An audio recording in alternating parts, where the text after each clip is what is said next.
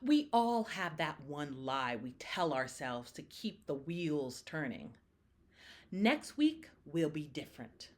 We treat rest like it's a finish line that keeps moving 5 miles further away every time we get close to it.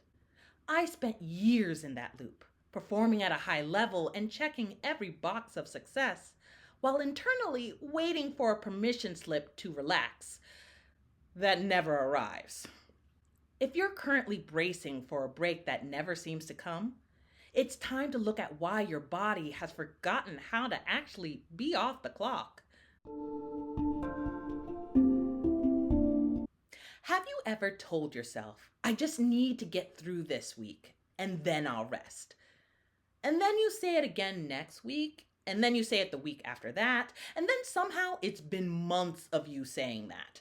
Yeah, I know that pattern real well. Because I didn't just learn this work from a textbook. I learned it from being the person who could not slow down, even when I was exhausted and technically doing fine. And at the time, I didn't have a language for it. I just knew that no matter how much I got done, it never felt enough to actually relax. There was a point where everything in my life looked like it was working. I had a steady job. I had paid off my student loans. I was investing. I was making more money than I had ever made in my entire life. I was showing up. I was performing. I was doing all these things that are supposed to equal you're successful. You should feel good. But instead, I felt like I was constantly bracing. Like even when nothing was wrong, my body didn't get the memo. Weekends weren't for fun, they were for recovery. Rest wasn't something I enjoyed, it was something I had to earn. And the wildest part? I genuinely believed that if I slowed down, even a little, things wouldn't fall apart dramatically. They would just slowly, quietly stop working, which is a very peaceful and grounded way to live, obviously.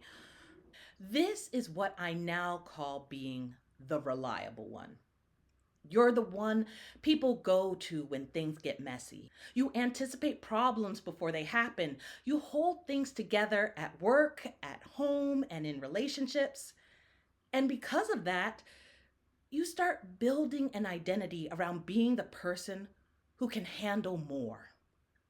More responsibility, more pressure, more emotional weight. And for a while, it works until your entire life starts feeling like something you have to manage instead of something you actually get to live. So when you hit that point, the natural assumption is, Okay, I'm burnt out. I need better balance. I need to fix my schedule. and I tried that. I tried doing less. I tried being intentional. I tried convincing myself to relax, but none of it really worked. Because what I eventually realized, very slowly and with a lot of resistance, was this: it wasn't just about how much I was doing, it was about the way I had learned to exist. The beliefs I was operating from, the pressure I thought was normal, the version of myself I thought I had to be to keep everything okay. So, even when I wanted to slow down, there was this other part of me that was like, Aw, that sounds nice. But also, absolutely not. because slowing down didn't feel like rest. It felt like letting people down, dropping something important, losing control. And if you've built your whole life on being dependable, that's not a small thing to risk. So you keep going, you push through, you override, you tell yourself it's temporary. Meanwhile, your body is like, Respectfully, this has been going far too long. so over time, I started to pull at what was actually happening. Not in a clean, linear way, more like a why am I like this kind of way. I would try something, and if that didn't work, I'd try something else until eventually I began to see the patterns. Patterns in my thinking, patterns in how I defined responsibility, patterns in why enough always felt just out of reach. And I started simplifying what I was learning into something I could actually use. That's what became Align. Not a perfect system, not something I came up with overnight, but a way to make sense of how to go from constantly bracing and constantly overfunctioning to actually feeling like you have a choice in how you show up in your life. If this is something that you've been experiencing, let me know. What's the thing you tell yourself you'll do once things calm down that never actually happen? Drop it in the comments.